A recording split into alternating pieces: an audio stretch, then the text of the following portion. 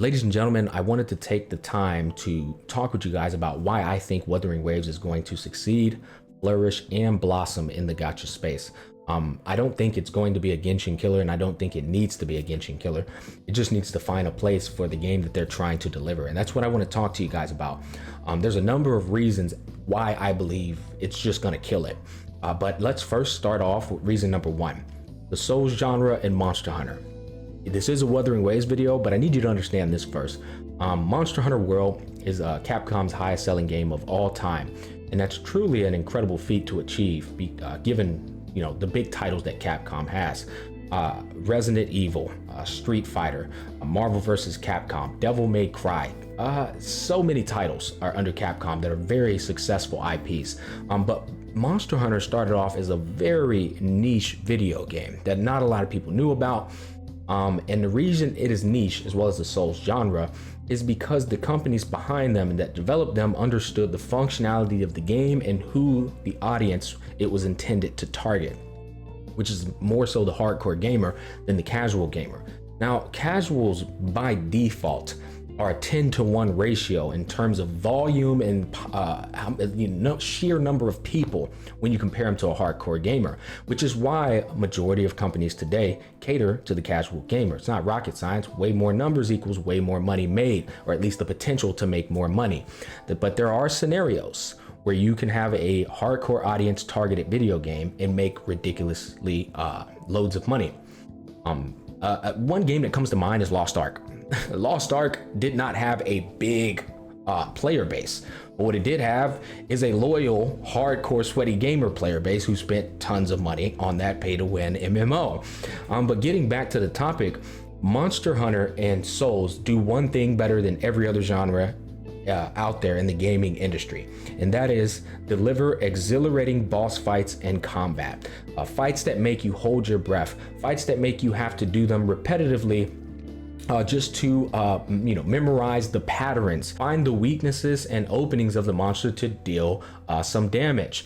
What I think they have figured out more than everyone else is they understand how crucial and paramount it is to get down the balancing aspect of combat. And the balancing variables are going to be punishing versus rewarding. Monster Hunter and Dark Souls both have a higher punishing ratio than they have a rewarding ratio, which makes you appreciate the reward, which is generally the combos that you want to do without the monster beating your ass or the enemy beating your ass. So they have this down to a T. But one thing I can say that Souls genre does better than Monster Hunter is boss fights. Their boss fights are much more exhilarating, intense, and nail biting, whereas Monster Hunter, it just delivers it a notch under them. But what it does better than the Souls genre is it gives you a much more complex and mechanically intricate combat system with the characters and weapon classes that you're utilizing. I think Monster Hunter overall has a better combat experience than Souls, in my personal opinion. And I understand the two audiences are strong by the genres that they love, but I think Monster Hunter has a more balanced combat system than the Souls genre does. And we're gonna tie all this into Wuthering Waves here in a bit. I just need you guys to understand the psychology as well as why these games succeed. Anyways, regardless of which game does what better, one simple fact still remains. It's the fact that both of these genres, the hunting genre, which was literally single-handedly defined by Monster Hunter, and the Souls genre, they both aren't afraid to take the monumental risk of not catering to a casual.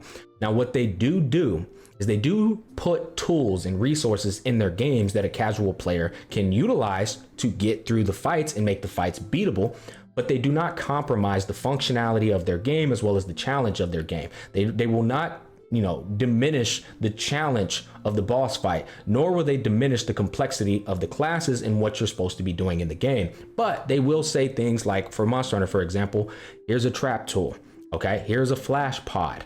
Here's multiplayer so you can play with other people.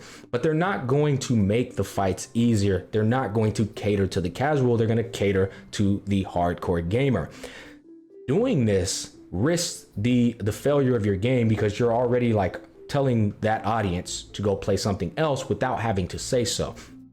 But generally, when you stay true to the functionality of your game, what happens is a refinement and a polish of that functionality becomes incredibly vivid And over time, a good reputation builds up on you and what gamers can expect from you. And the casual ends up coming over to the game anyways because everybody unanimously praises that game. Now, when I come back to Wuthering Waves, the first variable, which was a very lengthy discussion, I believe it's going to be successful, is because their predecessor, which is Punishing Gray Raven, Kudo Games' previous title, which is still playable. I've heard nobody say this game's combat sucks or this game's challenge, the boss fights. I've heard unanimous praise damn near about this game, but nobody knows about it.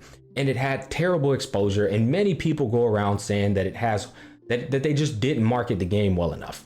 Regardless of what it may be, one thing is for sure. This game delivered on boss fights, it delivered on combat.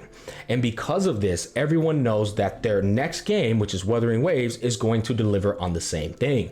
The reputation has been built. The entire community loves the game. The only reason that PGR failed, which, you know, y'all can make the argument that it didn't, but to be honest with you, if it didn't capture the Western audience, then it failed. But it actually failed because nobody knew about the game. The game didn't get enough exposure. You will hear all kinds of people say those exact same words, but people are now trying to put that same standard on Wuthering Waves. Oh, it doesn't get enough exposure. Kudo Games doesn't know how to market their game.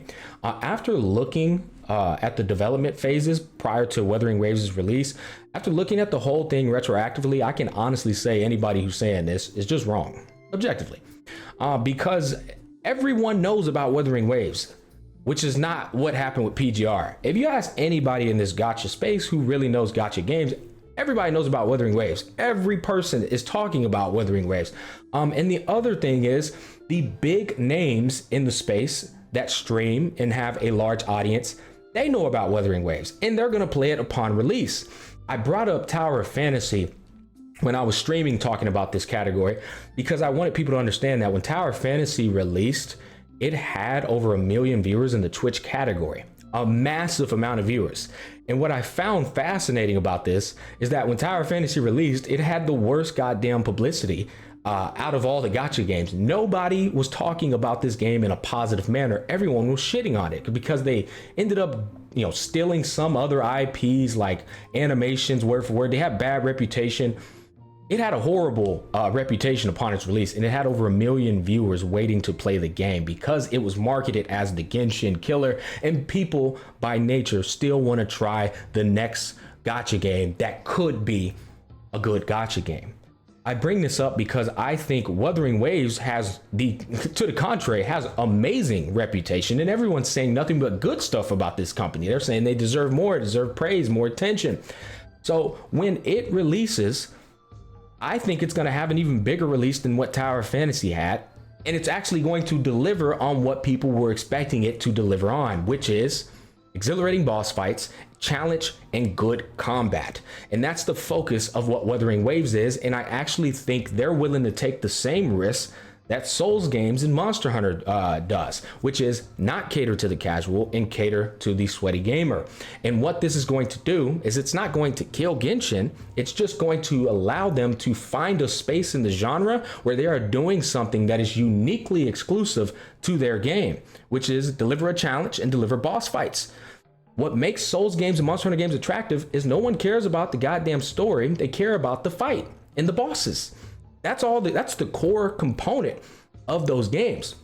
And I mentioned this before as well on stream. I said that the story in Monster Hunter is dog water. Nobody plays a Monster Hunter game for the story.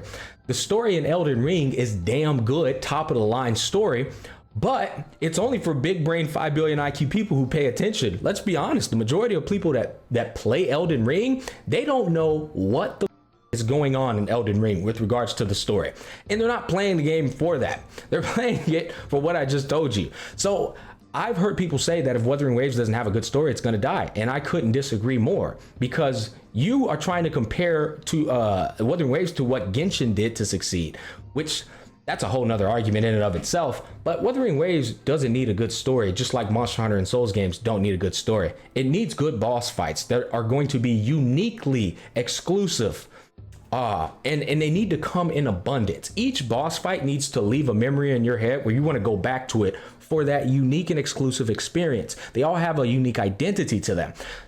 That's why Monster Hunter and Souls games are also so fun. You could walk yourself through boss fights of each genre and be like, oh my God, that fight's fun. I want to go back and do that fight again. Wuthering Waves needs to do that and focus on that. And they will, because they already have the reputation for it. When I think about Monster Hunter, I think about Fatalities. I think about Elatrion. I think about Nergigante, Velkhana. I think about, hell, who else comes to my head? Kushala Daora, Teostra, you name them. All these fights have patterns, music and intensities that separate them from the other fights. You know, if you go into Monster Hunter Rise, Gore Magala and Magnum Malo are some of the coolest fights. Valstrax and hell, I'm just showboating my Monster Hunter knowledge at this point. You get my point though. And when you go into Elden Ring and all the other Souls games, you could think of the fights as well. I think Wuthering Waves is actually going to deliver a similar experience to them, where every fight is just as exhilarating and defining. And nobody else in the gacha genre is doing this. Everyone else is doing the greed move that a lot of gacha games do, and they're catering to a casual. And the best example of this is Genshin Impact. They will always cater to the casual. Why? Because that's where most of the money is and the easiest way to make the money. Which leads me to my next point for Wuthering Waves. They will not succeed if they over cater to the casual. They have to understand that the same thing that made Monster Hunter and Souls successful, they have to follow that same structure and protocol. You will not cater to the casual, but what you will do is provide tools and resources inside of your game that the casual can utilize to make the game beatable while not compromising that functionality of it. If they do this, I think there's no reason that they won't succeed. They don't need the large abundant audience of Hoyoverse. They don't need the large abundant audience of the casuals. They just need a 1/10 of that audience. So if they have 10 million players, Kudo should only need 1 million players. And if they have the 1 million players, they will blossom and flourish, because those 1 million sweaty hardcore gamers, when you give them something that is worth their time, they will definitely reward you and stick around for a very long time. And with all of that being said, the last thing I want to talk to you about is what else do they need to do to be successful? Well, I think they just need to capitalize on all the little things that people convince themselves are big things. Graphics of the game, character design, drip of the character, the things that make the gacha genre what the gacha genre is. I also think they need to capitalize on music and boss fights. Music is one of the most underrated variables to making a good boss fight. But apart from that, exploration, right? Getting creative and finding ingenuity with your world design. And then the story, I genuinely think it's the same concept as the Souls and hunting genre. You don't need a good story. You need good cutscenes. Anime, weeby, edgy cutscenes. Show off some fine ass anime bitches, show off some badass anime dudes doing these super flashy moves and shumpo steps. You do that, and that replaces a story for a lot of people. They just automatically convince themselves in their brain, like these stimulations just pop off, and they start convincing themselves that the story is good just because they saw a flashy cutscene. It happens to the anime community all the time. But I think if they do all of these things that I just mentioned, while also offering a variety of weapon classes and play styles, they'll do just fine, and they're going to succeed. I look forward to this game's release. And I look forward to coming back to this video. I love making videos like this because if I end up being wrong, it's more content for me. I don't give a damn if I'm wrong or right. I'll just come back like, hey, shit, well, we missed what you want me to do, but I shot that motherfucker. You know what I mean? Comment down below. Let me know your thoughts, guys. Thanks for watching, and I'll catch you on the flip side.